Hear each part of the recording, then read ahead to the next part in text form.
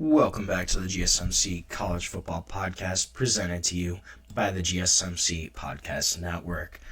Just talked a little bit about Miami and kind of their season, what it might look like. But now I want to kind of switch gears. I want to talk a little bit about the 2023 quarterback class. And this class in general is really interesting. Now, I want to read the top 10 from 24/7, just from their recruiting rankings when they're actually coming in to college.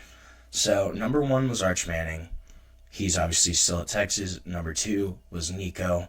He's in the portal now. Number 3 quarterback in that class was Dante Moore. Dante Moore originally went to UCLA, now transferred, went to Oregon. Number 4, Jackson Arnold, started at Oklahoma, now at Auburn. 5 was Malachi Nelson. He went to USC, then he transferred to Boise State, and now he's at UTEP for this upcoming season. Number 6, Jaden Rashada. Jaden Rashada had the whole Florida saga, eventually went to Arizona State, then he went to Georgia last year, and now he's in the portal again. Number 7, Aiden Childs. Aiden Childs started at Oregon State, went to Michigan State.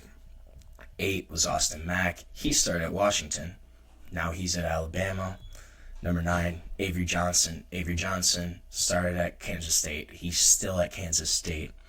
And then 10 was Christopher Vizina, who was committed to Clemson and is still at Clemson.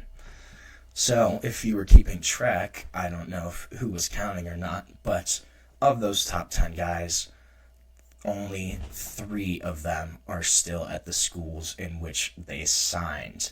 I think that's really an interesting stat. I wonder if this is going to be a trend that we're going to see continue throughout college football, of where these guys originally sign is not where they all normally end up. Another thing I want to look at is, despite those names, here's the total production from those guys. So there's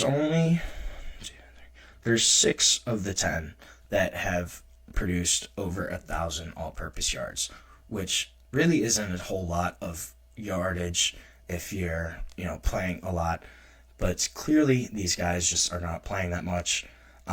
Arch Manning is 6th on that list. He has just under 1,100 all-purpose yards, but he has thrown 13 touchdowns to 2 interceptions. Then Dante Moore is next, mainly because of that freshman year at UCLA. He was the starter at UCLA as a freshman. That was really kind of an interesting situation where he went to UCLA, started there, and then transferred after his freshman year, after he had started half of their games, to Oregon to sit behind Dillon Gabriel for a year before taking over as the starter this upcoming season. That was really kind of an interesting move, I thought, just because he was already playing a lot at UCLA. And if he wanted to kind of transfer, I feel like he could have done it this year instead, after playing another year as a starter and just getting more experience under his belt. But he decided to cut bait at UCLA, decided to go to Oregon instead. That was really kind of just interesting in terms of, normally you want to see these guys will transfer for the opportunity for more playing time, yet Dante Moore kind of did the opposite. He went across the grain, said, no, I want to learn behind Dillon Gabriel for a year and kind of just grow my overall game. I think he's really going to be one of these quarterbacks to watch this upcoming season, and just did that year off learning really help him progress as a quarterback, because Dante Moore probably has some of the more elite skill sets of any of the quarterbacks in this class. But if you look at the top 3 guys, Avery Johnson, so Aiden Childs is 3rd. He's just over 3,000 all-purpose yards. Kind of makes sense. Played a little bit at Oregon State. He then followed his head coach, Jonathan Smith, to Michigan State and was their starter this year. Could be another guy where he could take another step, just with another year under his belt.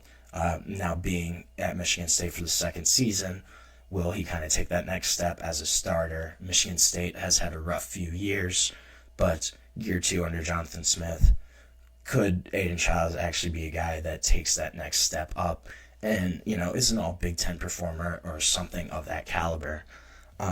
But he's third on the list in terms of production. Nico is second.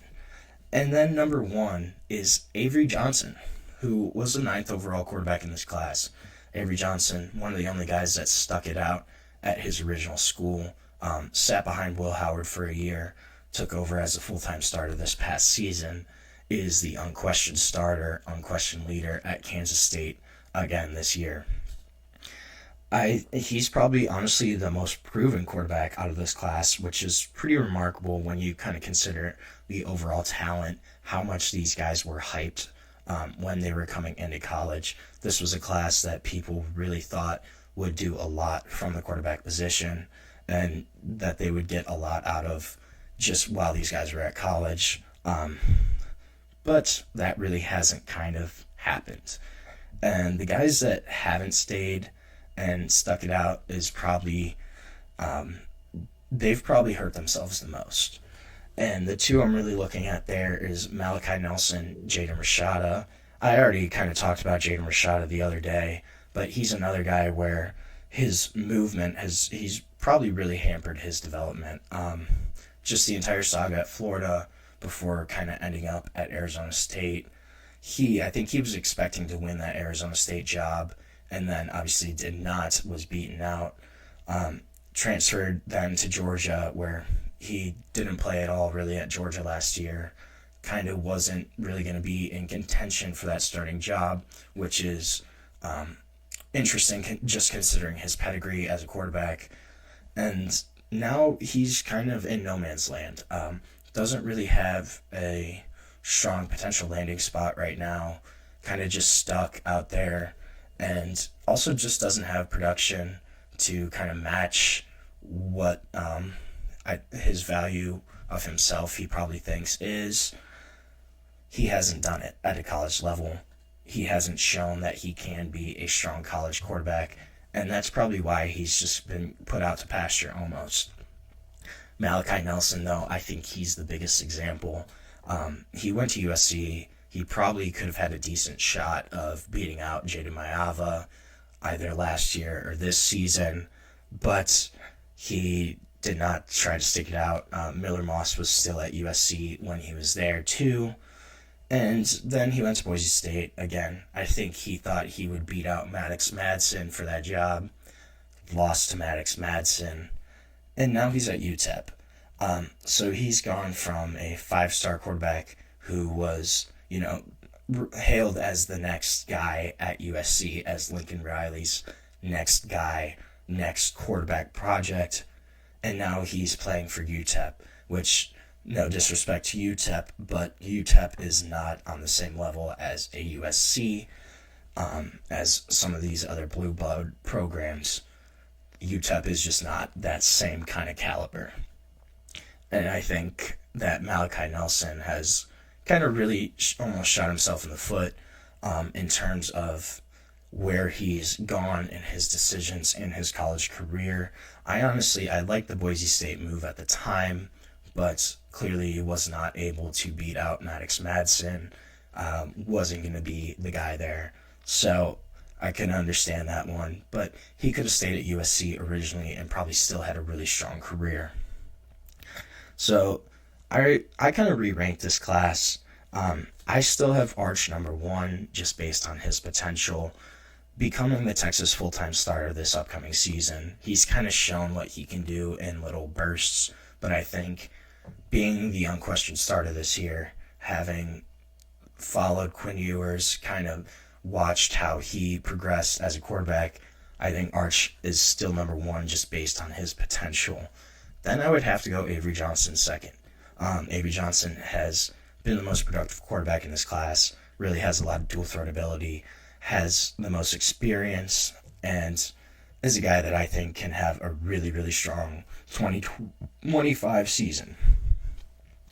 I have Dante Moore at 3 then. I think Dante Moore can be really good for Oregon this year, especially after kind of taking that back seat last season to Dylan Gabriel, who was a guy that played in college forever, clearly knew how to win at the college level, watching a guy like that in front of you, I think that's going to be really good for Dante Moore, and I could see him having a really strong season. After that, I have Nico. I think Nico's probably the fourth best. Obviously, been talked about a lot, but he's not a bad quarterback. I don't know if he is an elite college quarterback. Then I have Jackson Arnold, Aiden Childs. They're kind of interchangeable. I think they're both going to be unquestioned starters this year. Both have some question marks. I think either of them can have decent years. Childs honestly might be ahead of Jackson Arnold at this point, but you don't know. Then I have Austin Mack. Then I have Christopher Vizana from Clemson. And then I have those two guys that kind of are in no man's land right now in Jaden Rashada and Malachi Nelson. But I just kind of wanted to go over some of those guys and where they're at, and give a quick update on that class, because I think it's really interesting. Of the top 10, only 3 of them still at the school where they originally signed. So now we're going to take our last break of the show. When we come back, we're going to talk a little bit about cornerbacks and some of the top guys that are returning for this upcoming season. So we're going to take a look at that. But we'll be back shortly on the GSMC College Football Podcast.